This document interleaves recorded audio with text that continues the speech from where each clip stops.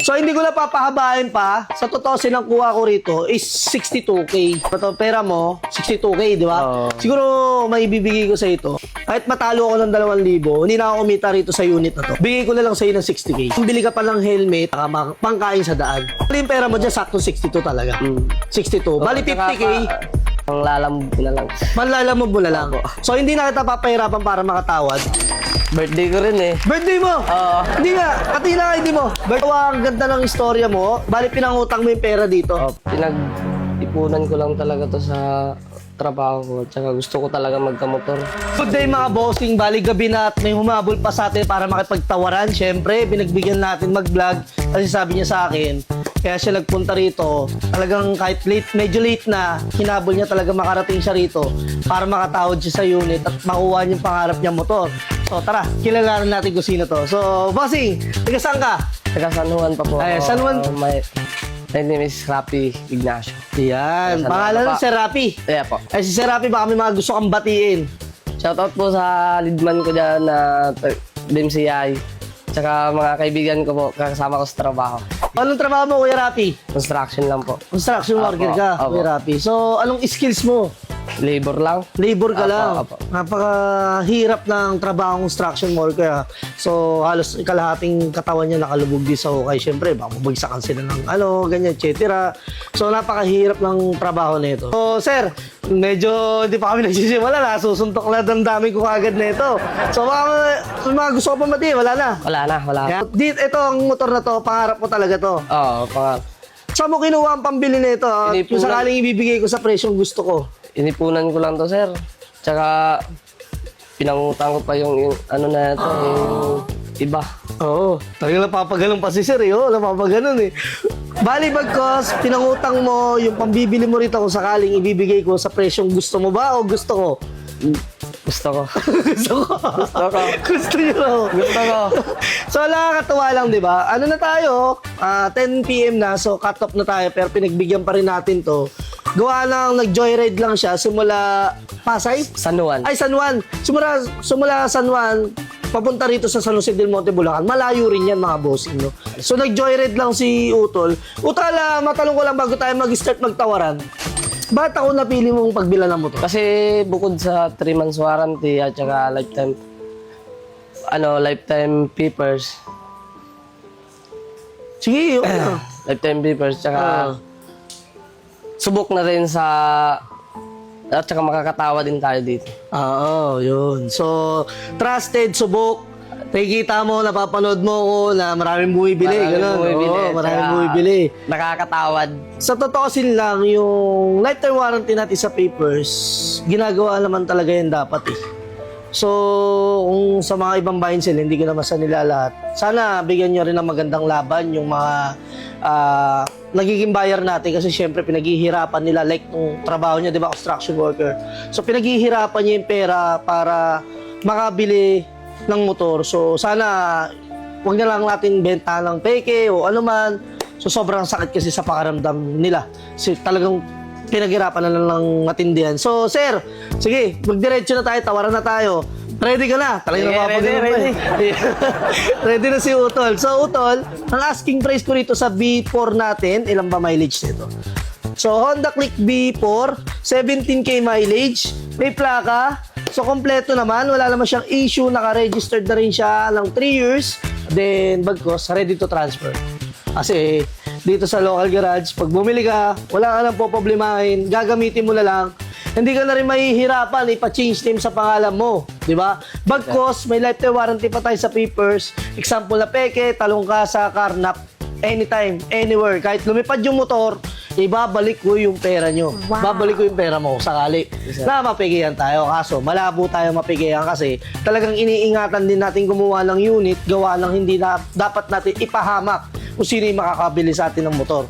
So, sige, game na tayo. Medyo mahaba at Game. papahinga na dapat Papahinga, ako, pero papahinga. pagbibigyan ta. Asking price ko rito, kuya, 70K. Pero negotiable yan. Tawaran mo ako. 55. 55K. 15 million tinanggal. Huwag naman, takay pati puhunan. Gagawin kong 69K. 56. 56.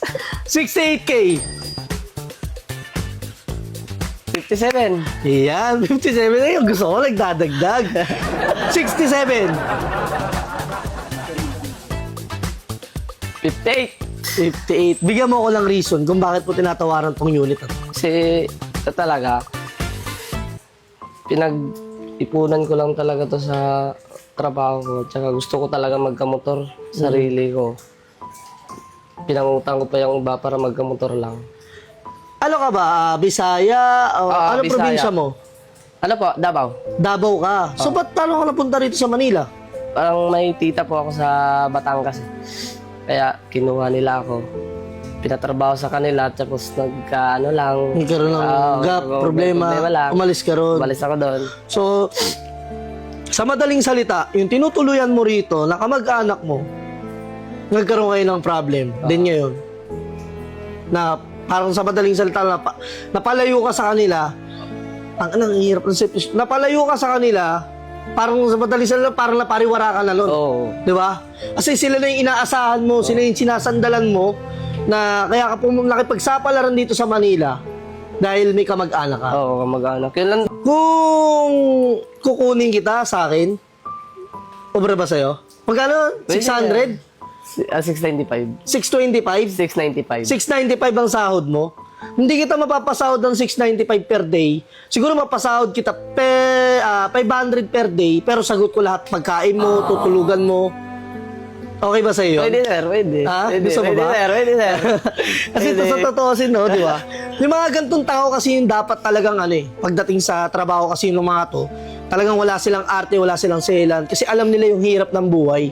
So ito yung mga gusto kong bigyan ng pagkakataon para matulungan ko. Malay nyo, balang araw maging CEO to, di ba? Maging CEO siya ng motorcycle din, or kaya car dealer. Nakakatuwa, di ba? Nakatulong tayo sa kapwa natin. So sige, babalik muna natin, mamaya natin pag-uusapan yan. Okay. So hindi ko na papahabain pa. Sa totoo, silang kuha ko rito is 60K, mga ganyan kuha ko. Kasi, ano ba to, pera mo, 62K, di ba? Oo. Siguro, may bibigay ko sa ito. Kahit matalo ako ng 2,000, hindi na ako kumita rito sa unit na to. Bigay ko na lang sa iyo ng 60K. Para may pambili ka pa ng helmet, tsaka pangkain sa daan. Bali yung pera mo dyan, sakto 62 talaga. 62. Bali 50K. Panglalam na lang. Panlalamog mo na lang. Opo. So, hindi na kita papahirapan para makatawad. Birthday ko rin eh. Birthday mo! Oo. Hindi nga, pati na ID mo. Birthday na ito, guys. Nakakatuwa. Laging ganito, pagka patutulog na ako, may mga gantong pagkakataon na dumarating. Dahil sa totoosin lang, kaya ako nagbibigay ng malaking discount pag birthday. Special mo kasi yun. Di ba? Yung mabigyan ka ng regalo, mabigyan ka ng pabor, birthday mo, kaarawan mo, naalala ka, ang sarap sa pakiramdam nun. 29, September 20, 1,000 po. ayan. Legit naman tong ID mo. Ako. Titigil na. Nahuli na ako dyan. Ay, nahuli ka. Oo, tres. Birthday na ito. Sakto dito nag-birthday. So, ang binigay natin price dito sa Honda Click na to, binaba ko na ng 60K. Talo na ako na sabihin na natin expenses na lang ng mga bata yung binayad ko sa tumakbo na itong unit na to. Natuwa lang ako rito kasi talagang nakikipagsapalaran dito sa Manila. Baka kunin ko pa to eh. Okay ba sa'yo? Magtatrabaho ka sa akin? Okay naman, sir. Ha? Hindi ko kailangan ng hindi ko kailangan ng may knowledge, hindi ko kailangan ng may pinag-aralan. Ang gusto ko rito yung ready matuto. Oh.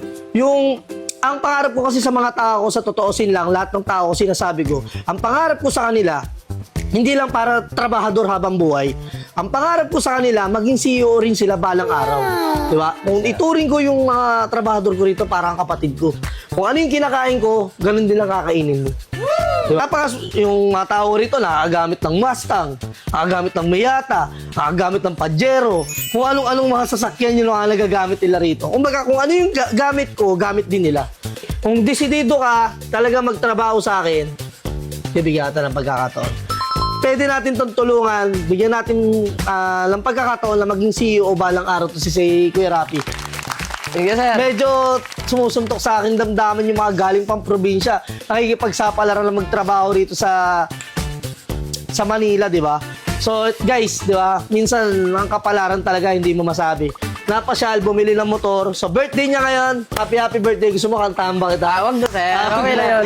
Birthday mo ngayon, pero nakita ko to sa bata na to, napakamasiyahin ka. Isipin mo, birthday niya, hindi niya kasama yung pamilya niya, magulang niya, kapatid niya.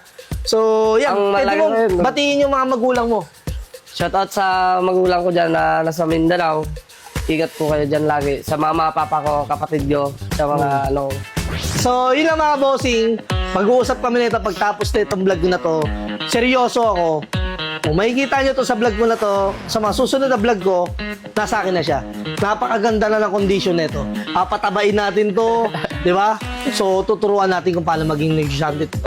Paano maging negosyante tong bata na to sa edad niyang 21 years old para makatulong siya sa mga magulang niyang nasa Mindanao. Kuya Rapi, maraming salamat. Hindi ko na Salamat din, papakain. At mag-uusap pa tayo about sa trabaho, no? Sige. So guys, alam niyo na, local garage, may puso yan. Kung gusto niyo mag-walk-in, makatawa, dito tayo magtawaran. So let's go, yun lang.